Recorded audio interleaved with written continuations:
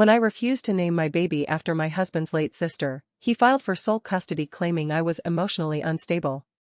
His lawyer smirked during the hearing, until I played the therapist's testimony and pulled out his sister's old diary that said, "My name's not important right now, but I live in Athens, Ohio. Small town, the kind where people still wave when they pass you, but they also talk behind your back before you even get home.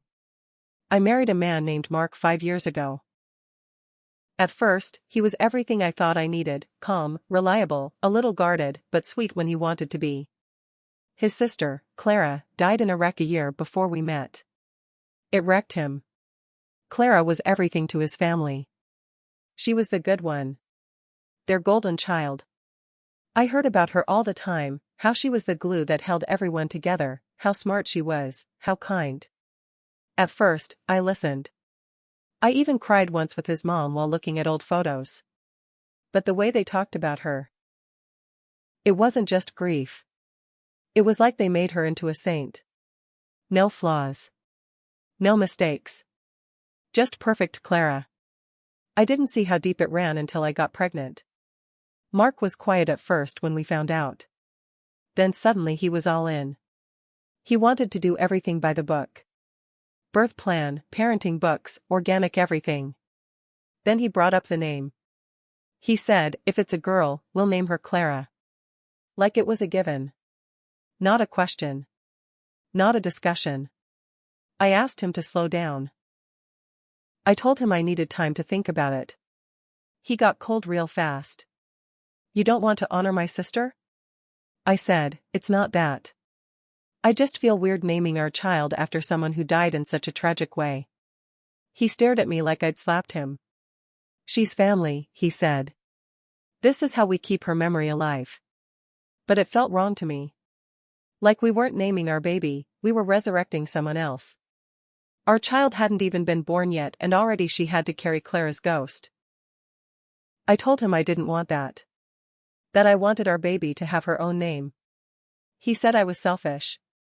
Things got ugly after that. We stopped sleeping in the same bed. He'd go for long drives.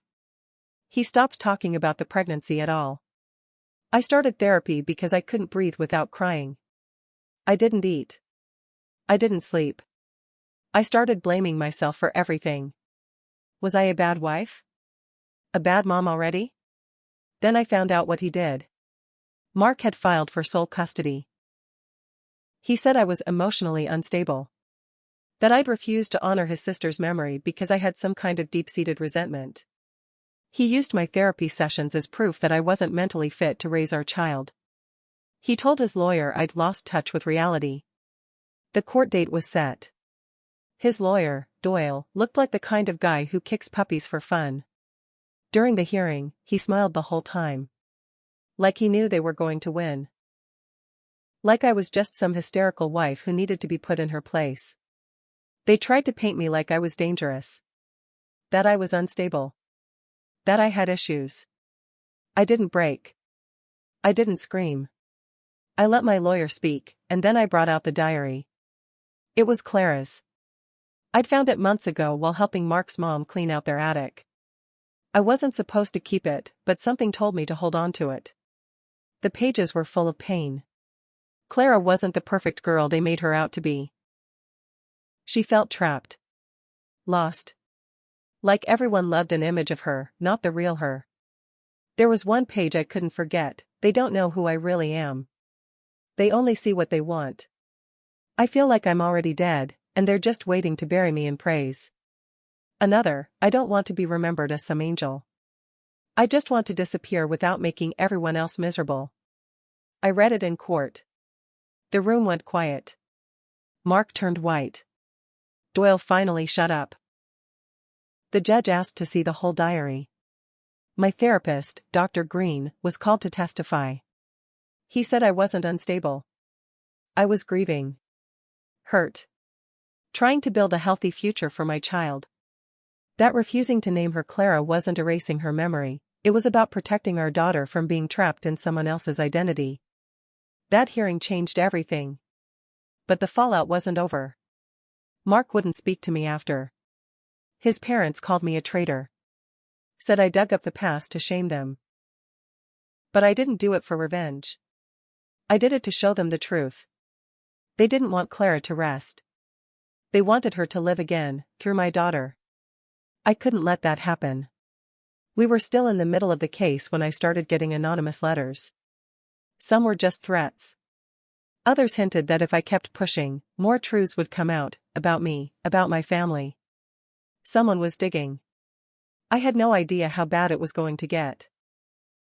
And I hadn't even told the judge about the second diary entry I found, the one that hinted Clara wasn't just a victim in her story. She had secrets too. Everything changed after that hearing, but not in the way I hoped. The court ordered a temporary joint custody arrangement while they reviewed everything. Mark didn't speak to me for days. Then, out of nowhere, I got a text from him, "You wanted war. You got it." After that, things escalated fast. At first, it was small stuff. My tires were slashed one morning.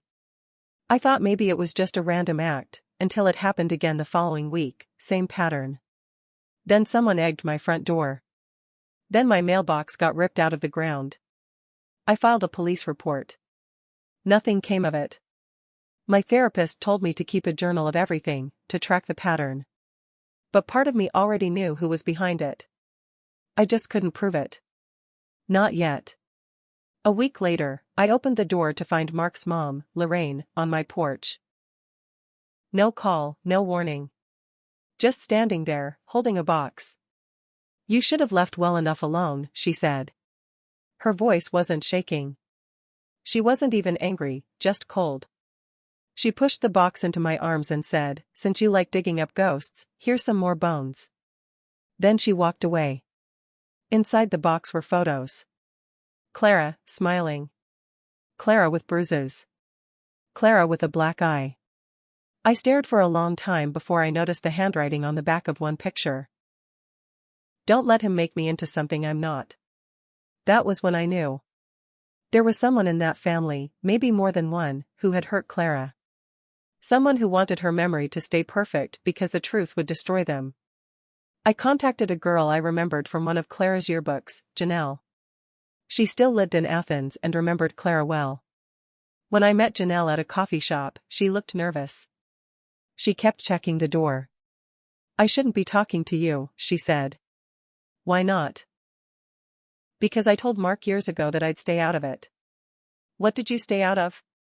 She took a deep breath. "Clara came to my house the night before her accident. She was scared. Said she couldn't take it anymore. She had a bag packed and everything." I leaned forward. "She was running away?" "She said she was done pretending. That she couldn't be who they wanted anymore. Especially not after what she found in." She stopped. "In what?" She hesitated, then said, "The cabin." There was a cabin.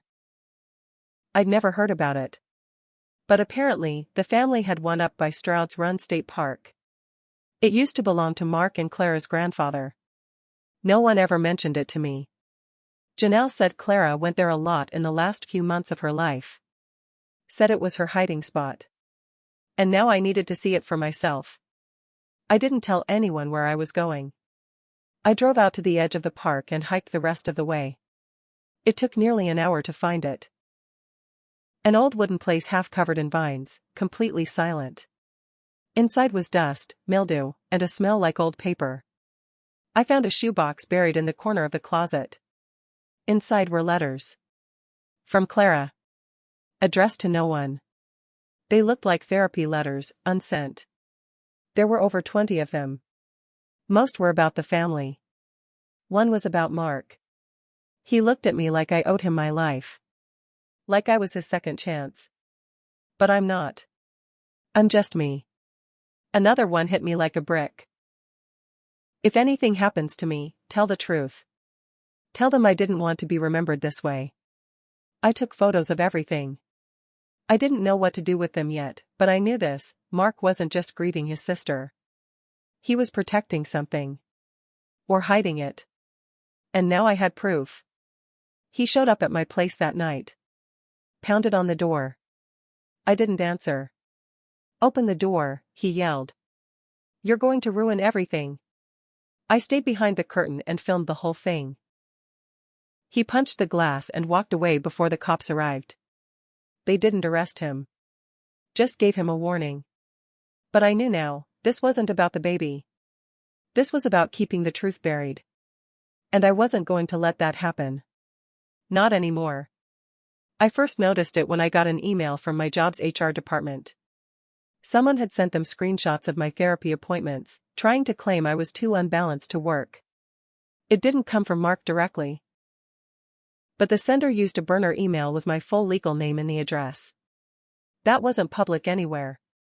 Only a few people had access to those files. Then, I caught it.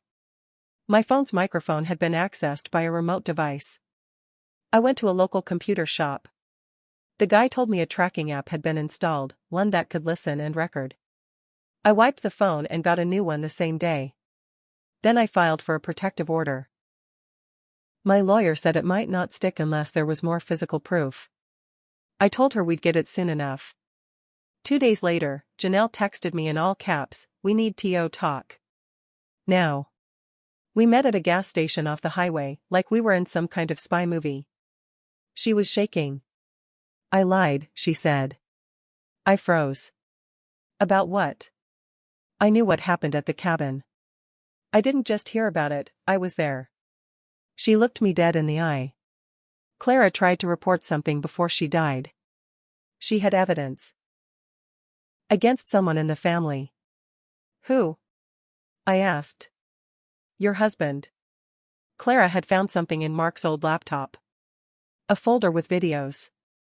Janelle didn't go into all the details, but said Clara was terrified when she saw what was in them.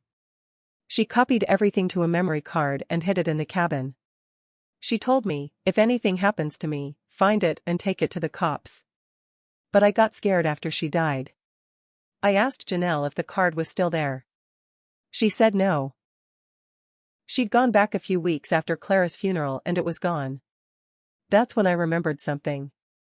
Back when we still lived together, Mark had this little floor safe in the garage. He said it held birth certificates and old tax stuff. I never touched it. But one night, right before I gave birth, he had a full-on panic attack when he thought he'd lost the key. He never acted like that about paperwork. It hit me. The memory card was in there. It had to be. But I couldn't just break in and take it, not legally. And not without proof it even existed. So I set a trap. I invited Mark over under the pretense of talking things out. I told him I wanted to mediate before things got worse in court. He showed up guarded, eyes darting, arms crossed. We sat down. I turned on my phone camera and let it run while we talked. I said, I know about the memory card, Mark. He went pale. He stood up. You don't know anything. I didn't flinch. It's in the safe, right? The one you keep locked in the garage? He didn't answer, but his jaw clenched. Then he whispered, You think anyone's going to believe you? After everything? That was enough. My lawyer submitted the recording and a sworn statement from Janelle. The judge agreed to an emergency order to have the safe opened, by law enforcement. They found it. The memory card. What was on it? I still haven't seen.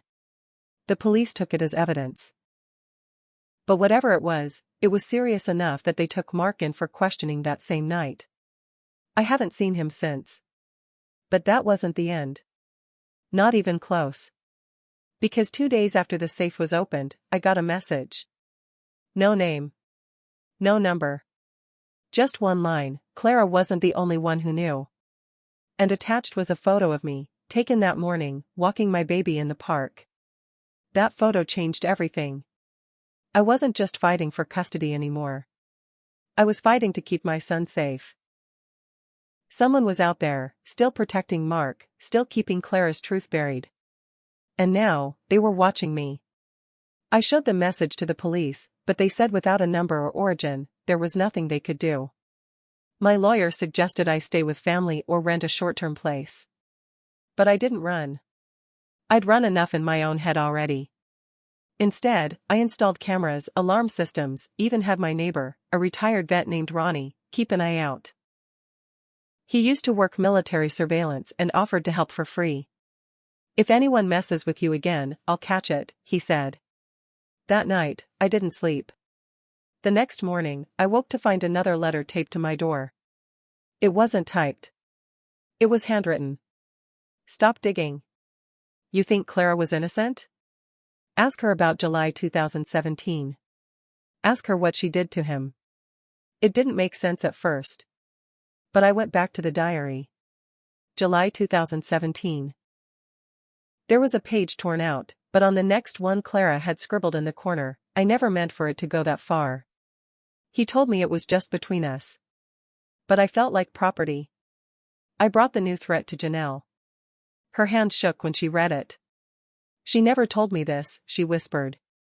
We started cross-referencing dates, texts, emails, her therapy visits that Janelle still had from old calendars. One name kept showing up, Uncle Ray. Mark's mother's brother. I'd only met him once at a family barbecue. Seemed quiet. Almost invisible. Turns out, Clara had told her therapist something in confidence. Something serious. Ray had done things to her, starting when she was 13. She never told the family. Only her therapist. And guess what? That therapist died of a heart attack the year after Clara. No one ever followed up. Ray still lived in Athens. Owned a junkyard on the edge of town. Stayed off social media. Kept his life small. Hidden. But I had something he didn't. Clara's second diary. The one I never turned in. The one with the final 2 entries, hidden inside the baby's old crib mattress I almost donated last month. Somehow, she knew she couldn't trust anyone. She hid her last words deep, if you find this, it means he still walks free. Ray told me if I said anything, he'd hurt Mark. Hurt my mom. He made me feel like I owed him. But I was just a scared kid. And no one protected me. Please. Don't let my story be a lie. Don't let them call me perfect. I wasn't. But I wanted to be free. I gave the diary to the police. They arrested Ray 2 days later. DNA matched a sweater found at the cabin. Letters Clara wrote, never sent, matched the confession in her own handwriting. It was enough. Ray confessed under pressure. He said Mark didn't know everything, but he had suspicions and stayed quiet. Didn't want to break the family apart. Mark knew. He knew. And when Clara threatened to tell, Ray told him she was lying. That she was unstable. The same word Mark used on me. Mark tried to backpedal. Tried to claim he was protecting the family. But once the memory card was decrypted, it showed private conversations, audio files Clara had secretly recorded. Mark telling her, we can't say anything. He's family. The court tore him apart. Not just legally, but publicly. He lost all parental rights. A judge ruled him negligent in the cover-up of a crime. I got full custody. Ray was sentenced to 40 years. Mark pled out to obstruction and perjury. He'll serve 5 years and won't see our son again. Mark's mother tried to play the victim. Said she never knew. But letters from Clara showed otherwise. She ignored signs. Chose silence. CPS flagged the entire family. No minors allowed in their homes. As for me? I changed my last name. My son and I moved 2 towns over, near Marietta, Ohio, where no one knew our story. Where no one whispered about Clara like she was a saint or a symbol. Just a girl who wanted peace. I kept the last page of her diary framed above my desk. I hope someday someone tells the truth. Not to punish. Just to set me free. I didn't burn down their house. I didn't ruin them with lies. I destroyed them with Clara's own truth. Mark lost everything because he chose to protect a monster. Ray will die behind bars. Lorraine will spend her last years knowing she failed her children. And Clara, she's no longer just a name they force on babies or carve on stones. She's a story that was finally told. And for me? I sleep. I breathe. I raise my son without ghosts. And when he asks why his name isn't Clara, I say, because you are your own person. And that's what Clara would have wanted for you.